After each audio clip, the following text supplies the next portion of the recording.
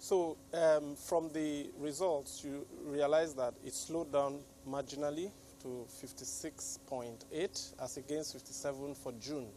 And well, looking deeper, you would realize that for some of the sectors, if you go deeper into that paper, you realize that cement, for instance, which is huge, at this time, you would expect that demand for that will be low. But amazingly, production remained normal, but orders, new orders seem to have increased. I will explain why.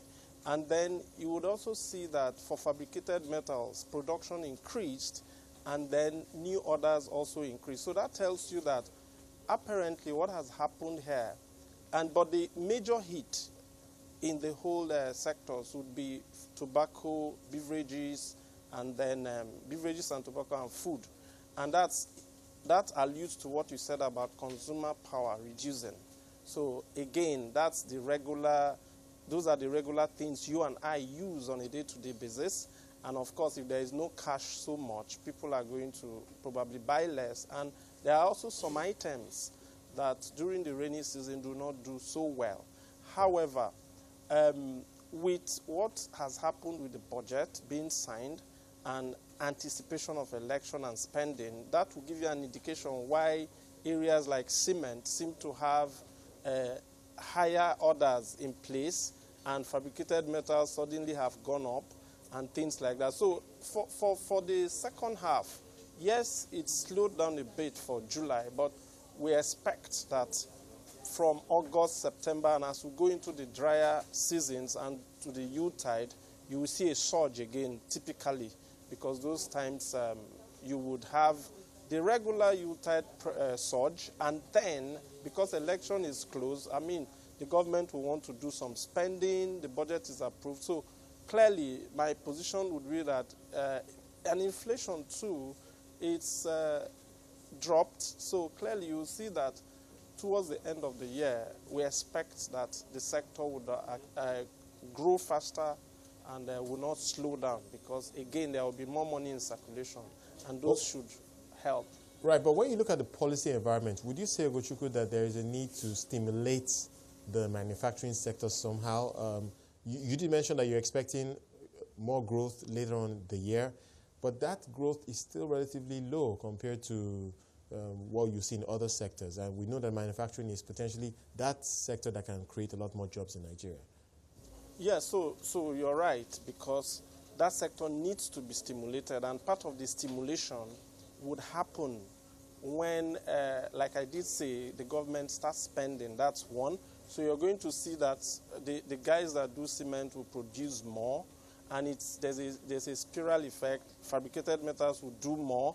Then that same money, people have more consumption power, because at the end of the day, is the supply of money in the system. And then the food and beverages will spend more. I mean, we produce more because people can now spend more. They have higher spending powers. So that stimulation, indeed, still has to happen, with, of course, triggered with government spending and all that. So you're going to still see that that stimulation has to necessarily happen. I agree with you totally, right, but we expect that to happen anyways. Okay. We've seen the currency relatively stable for the most part of this year, and indeed even last year. But clearly there was a point where we saw that massive, if you like, depreciation of the currency. Would you say that local manufacturers have benefited from that in any way when you compare the pricing of their products to what is now more expensive imported items when you adjust that for the weaker exchange rate? So clearly they have benefited massively, because with the stability in the currency, you would notice that they can then plan. And that's why you also see a lot of stability in the prices of, products, because they can then plan and project. But before, the challenge was there was that uncertainty, and then people bought funds at very expensive prices, so you didn't really know where to price. But now it's a lot stable. They can plan, and there is a lot more certainty in availability of raw materials, even in their imports getting in time. So they have benefited. And it's also good for the economy in the long run, because at the end of the day, the speculative increases we get as a result of not knowing where the FX is, which spirals down to prices of products and commodities, has kind of died down, because everybody knows that either you get it from the CBN or from the I&E window, and then you're sure that there is reasonable supply, and the central bank has been helping. So that has really helped the manufacturing sector greatly. We're interested to get your thoughts on this point. At the last MPC meeting, we did see this proposal by the central bank to provide some cheaper credit for businesses that are looking to invest in new projects, and the interest rate for that is somewhere around 9%. We wait for the details, but practically, what do you think is the likely impact of this, and to what extent do you think this program could work? Yeah, what it does for us is that if it does work, like you said, we still expect to see more details from that, but if it does work, what will happen is that manufacturers can then borrow at very low rates.